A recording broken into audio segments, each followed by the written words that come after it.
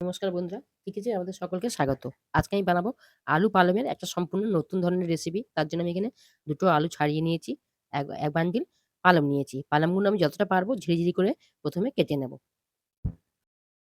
পালমটা আমি কেটে খুব সুন্দর করে ধুয়ে ঝুড়িতে করে জল ঝারিয়ে নিয়েছি। এবার এখানে একটু অল্প লবণ মাখিয়ে আমি রেখে দেবো, যাতে পালমের এক্সট্রা জলটা বার হয়ে যায়। এটা আমি খুব ভালো করে মাখিয়ে রেখেছি। এখানটায় গ্রেটার নিয়েছি। আমি আলু দুটো গ্রেট করে সরাসরি জলে দেবো। এটা কাঁচা আলু। আলুটা গ্রেট করে আমি ধুয়ে নিয়েছি। আর পালং শাক থেকে কতটা জল ছেড়ে দিয়েছে দেখুন। এই শাকটা এর থেকে আমি যতটা পারবো চেপে তুলে নেব। এই জলটা আমি ফেলে দেবো না, পরে আমি কাজে লাগাবো। আলুর মধ্যে দিয়ে দেবো। আমি সম্পূর্ণ ঘরে থাকা উপকরণ দিয়ে বানাবো। পালমে যেহেতু নুন দেওয়া ছিল, তার জন্য আমি এখানে অল্প করে লবণ দিয়ে দেবো। কারণ আলুটা আছে সেই জন্যে। এবার অল্প একটু হলুদ গুঁড়ো, স্বাদ মতো ঝালের গুঁড়ো, ঝালটা যে যেমন খাবেন সেই অনুযায়ী দেবেন।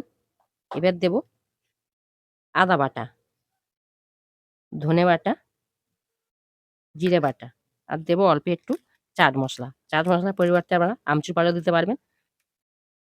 আমচুর পাউডার, চাট মসলা না থাকলে অল্প একটু লেবুর রসও দিতে পারবেন। এবার আমি দেবো বেসন। দিয়ে এটা খুব ভালো করে মেখে নেবো। আমি বেসন দিচ্ছি, আপনারা যেকোনো ডাল দিয়েও এটা করতে পারবেন। ছোলার ডাল, মসুর ডাল, মুগ ডাল, যেকোনো ডাল দিয়েও বানাতে পারবেন। দেখুন আমি এতে একটুও জল দিইনি। এটা ভালো করে মেখে নিয়েছি। এটা মাখা রেডি হয়ে গেছে। এবার একটা টমেটো নিয়েছি, এটা আমি পেস্ট করে নেব। কড়াতে দিয়েছি সাদা তেলে, এবং গোল বা চ্যাপ্টা যে যার পছন্দ অনুযায়ী বানিয়ে ভেজে নিতে হবে। দেখুন উল্টো-পাল্টে লাল করে ভেজে নিয়েছি। আমার এগুলো হয়ে গেছে। আমি এগুলো তুলে নেব। বাকিগুলো ঠিক একইভাবে ভেজে নেব।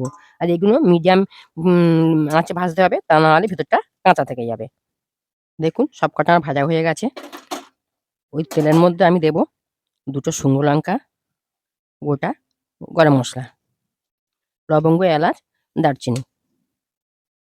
এবার দেব কালো জিরে, আদা বাটা, জিরে বাটা, ধনে বাটা।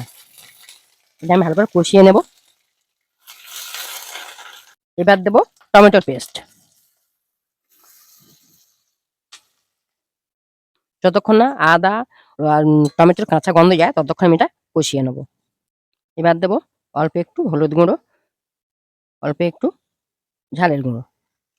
এটা সম্পূর্ণ ঝালের জন্য। এবার দেব অল্প একটু কাশ্মীরি লঙ্কার গুঁড়ো। এটা ঝাল না, এটা কালারের জন্য। এটা আমি কষিয়ে নেব।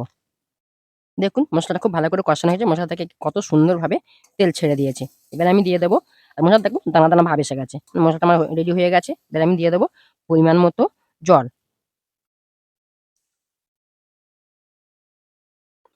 আমি এর চেয়ে বেশি জল দেব না। যার পছন্দ মতো জল দিয়ে নেবেন। এবার দেব পরিমাণ মতো লবণ। আমি এগুলো দিয়ে দেবো। এগুলো আবার স্ন্যাকস এর মতো খেতে খুব ভালো লাগে চায়ের সঙ্গে। স্ন্যাকস হিসেবে খুব ভালো যায়। দেখুন পালং আলু নিরামিষ রেসিপি আমার রেডি হয়ে গেছে। আমি উপর থেকে ধনেপাতা দিয়ে নামিয়ে নেব। তারপরে আমি দেখাবো।